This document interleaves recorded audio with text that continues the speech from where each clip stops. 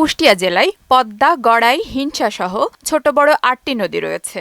অবৈধ দখল, অপরিকল্পিত ড্রেজিং ও বালি উত্তোলনের কারণে এর সবগুলোই এখন মরা খাল। প্রভাবশালীদের অবৈধ দখলের কারণে অস্তিত্বও হারাতে বসেছে নদীগুলো। নদীগুলোর অস্তিত্ব সংকট কাটাতে দ্রুত দখলমুক্ত করার পদক্ষেপ দাবি করেছেন সচেতন নাগরিকরা।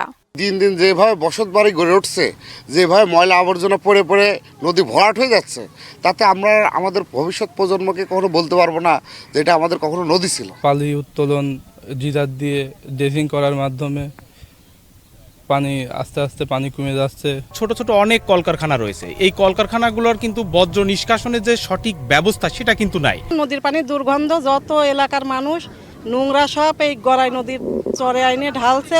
দূষণ রোধে কুমারখালী পৌরসভার পক্ষ থেকে সকল কলকারখানাকে নদীতে বর্জ্য না ফেলার নির্দেশনা দেওয়া হয়েছে বলে জানালেন প্যানেল মেয়র হারুনুর রশিদ। বিভিন্ন যে কলকারখানাগুলো আছে তাদেরকে আমরা নির্দেশনা দিয়েছি, পৌরসভা থেকে চিঠি দিয়েছি যে পরিবেশকে যারা বজায় রাখে, নদীর মধ্যে কোনো ময়লা আবর্জনা, কোনো বিষয় মানে কোনো খারাপ জিনিস নদীর মধ্যে বর্জ্য ফেলা যাবে না।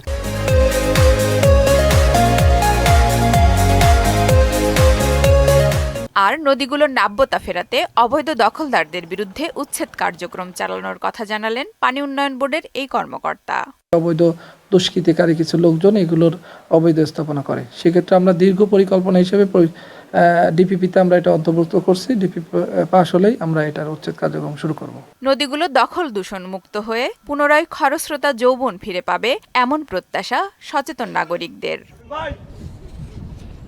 আফরিন পপি, মোহনা সংবাদ।